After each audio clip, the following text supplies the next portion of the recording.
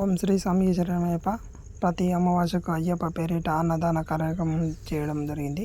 మా శివస్వామి ప్రతి అమావాస్య అంటే ప్రతి బుధవారం నాడు అమావాస్య వచ్చినప్పుడు అప్పుడు ఆయన ఫ్రీగా ఇక్కడ అన్నదాన ప్రసాదంలో మాస్టర్గా చేయడానికి సిద్ధంగా ఉన్నాడు. ఇక్కడ హనుమాన్ టెంపుల్ దగ్గర అలాగే మాకు ఉంటున్నాగానే గ్యాస్ పొయ్యి సిలిండర్ అయిపోయింది.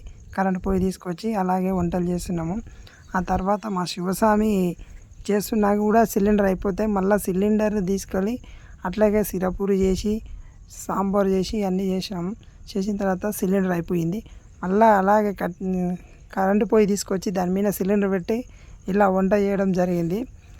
అంటే చాలా పవిత్రంగా ఇక్కడ పులిహోరకి అయితే చేస్తున్నారు. స్వామివారికి అయితే నిమ్మకాయల దండ కూర్చోడం జరుగుతుంది. ఆ నిమ్మకాయల దండ కూర్చిన తర్వాత మా గురుస్వామి గారు వచ్చేసారు. వచ్చిన తర్వాత ఇక్కడ అయ్యప్ప స్వామికి చేసిన ప్రసాదాలు మొత్తం టెంకాయ కొట్టేసిన తర్వాత అన్ని పూజ స్వామి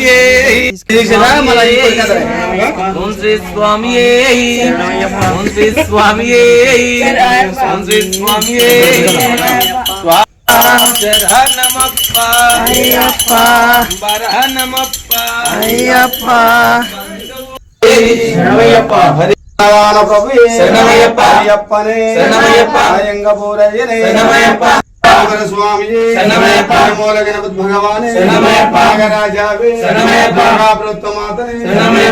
స్వామి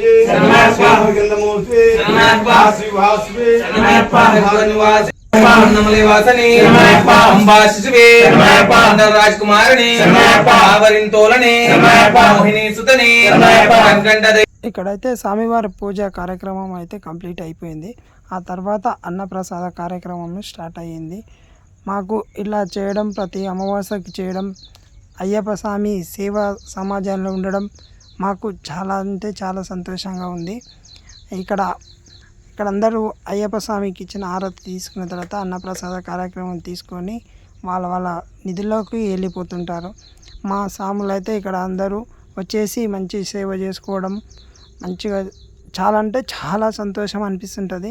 ప్రతి అమావాస్యకి ఇలా చేయడం అన్నది మాకు అయ్యప్ప అంటే చాలా భక్తి మీద ఉంటారు. అందరూ ప్రతి ఒక్కరు అమావాస్య ఉందంటే అందరూ ఎవరైనా వచ్చి ఖచ్చితంగా ఇక్కడ అయ్యప్ప ప్రసాదం ఖచ్చితంగా స్వీకరించాలని ప్రతి ఒక్కరికి కోరిక ఉంటుంది. కాకపోతే కొందరు అనుకున్న వాళ్ళు ఖచ్చితంగా అమావాస్య తినాలనుకున్న కోరిక ఉన్న వాళ్ళు నిజం చెప్పాలంటే ఆ రోజు బరాబర్ మిస్టేక్ అయ్యి వాళ్ళు రాలేకపోతుంటారు. ఏదో ఒక పని మీద పడి అనుకోకుండా వచ్చి ప్రతి అమావాస్యకు అనుకోకుండా వస్తారు చూడు, వాళ్ళు మనకు ఖచ్చితంగా అన్నప్రసాదం స్వీకరిస్తారు. ఓం శ్రీ స్వామియే శరణమయ్యప్ప.